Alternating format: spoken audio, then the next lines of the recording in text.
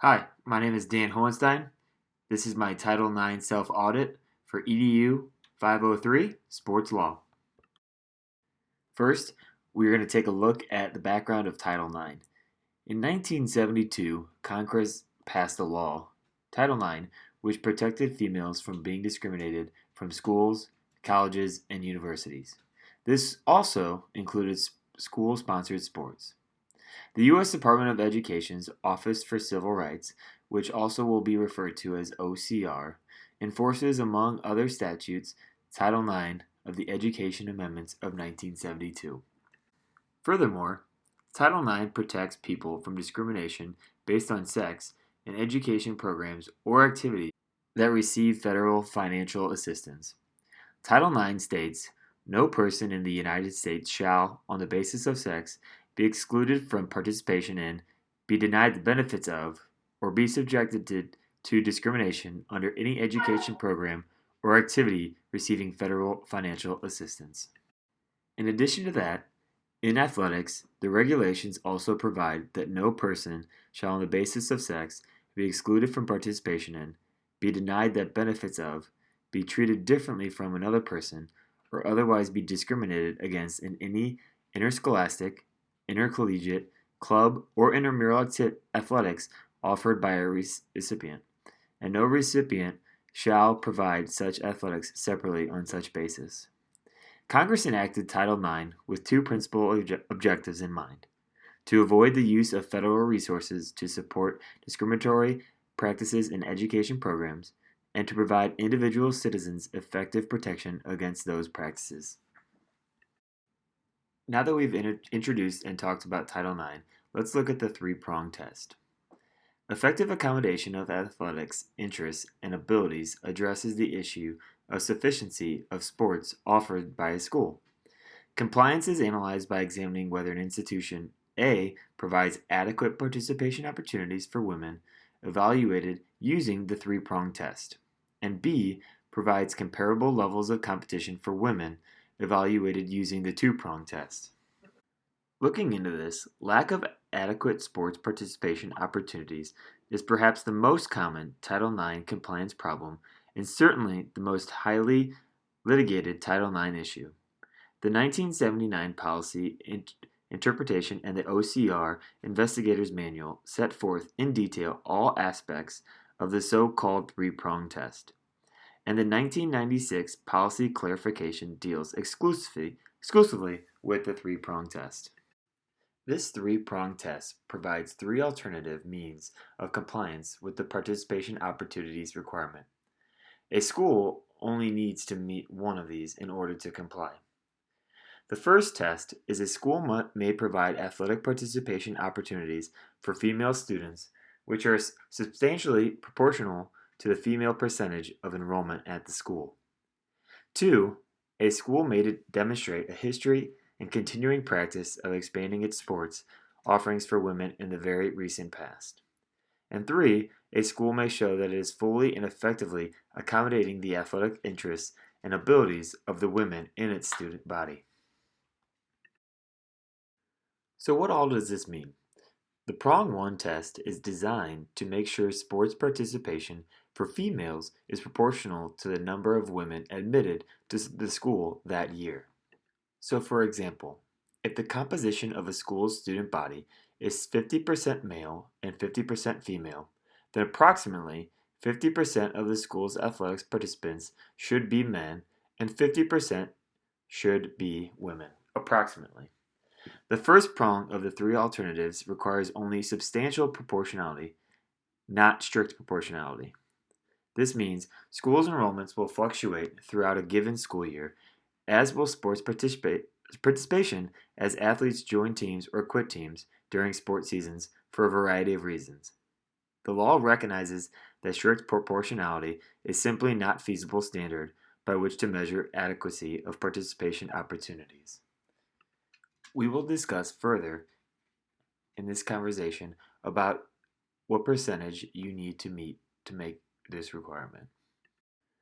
Prong number 2, history and continuing practice of women's athletics program expansion. This requires a school must show that it is continuously trying to expand the number of opportunities for whichever gender has fewer. Even if the first prong of the participation opportunities test, substantial proportionality, is not met, a school will nevertheless be considered in compliance if it demonstrates a history of and continuing practice of expanding its sports offerings for women in a manner that has been and continues to be responsive to their developing interests and abilities.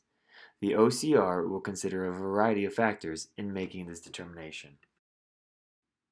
These factors are as follows: a school's history and continuing practice of adding women's teams, a school's history and continuing practice of upgrading school club level teams to varsity status, a school's history and continuing practice of affirmatively responding to requests for the addition or upgrading of women's teams, and finally, a school's history and continuing practice of monitoring the developing interests of women by conducting surveys or reviewing other indicia such as the growth of club and intramural sports, community sports programs, and local, state, national trends in women's sports.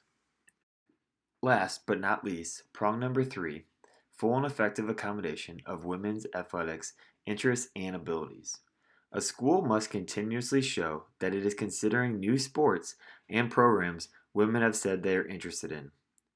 The third alternative method by which a school may comply with the participation opportunities standard is to fully and effectively accommodate the athletics interests and ability of its female students. In effect, this requires offering every team for women for which there is 1. A demonstrated interest in the sport by the school's female enrollment, 2. Sufficient ability among those interested to field a viable team, and 3. An adequate number of competitors in the school's geographic area of competition. Now that we've discussed the three-pronged test, let's take a look at the sports that are offered by Kirkwood High School. I chose Kirkwood High School because that is the district that I'm currently working in as a teacher and as a coach. As you can see, there are 14 male sports offered, and there are 15 female sports offered. Many of them are very similar. What I mean by that is for females, you have softball, and for males, you have baseball, and so on. The only few differences that are for male sports, football is offered, and for female, there is lacrosse offered. Otherwise, most of the sports are offered for both male and female student athletes. For this self-audit, we're going to take a look specifically at prong 1, substantial proportionality test for Kirkwood High School athletics.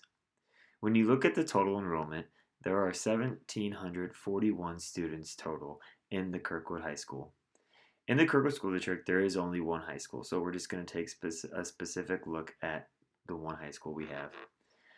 In the total population, we have 853 males, which makes up 49% of the school, and there are 888 females, which makes up 51% of the school population, totaling a 2% difference between males and females.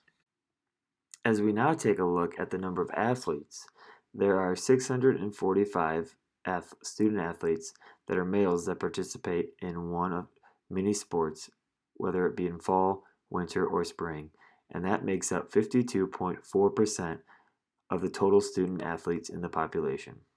There are 585 female total, which makes up 47.6% of the student athlete participants. That equals a total of 1,230 student athletes. In doing some quick math, that shows that there is a 4.8% difference when it comes to the student population, and that totals 4.8% more males than there are females in the total population. So how does this compare? When taking a look at male students, the total population of enrollment is 49%. And when you look at the student athlete participation, it totals 52.4%. On the female student side of things, total population equals 51% of the enrollment, where the student athlete participation is 47.6%.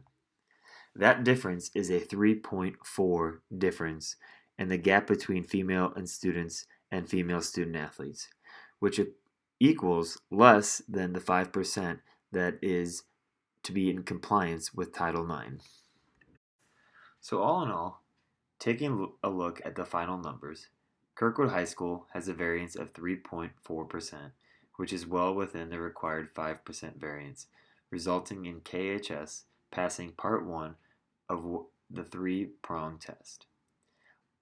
Although they have passed this year, it is important to note that these numbers can fluctuate any given year due to either the enrollment of the entire student population or the number of student athletes that are participating in male or female sports. That being said, it is crucial for athletic directors to perform this test or one of the two other tests every year to remain in compliance with Title IX. Thank you for listening and watching my presentation. This is EDU 503 Sports Law, the Week 8 assignment.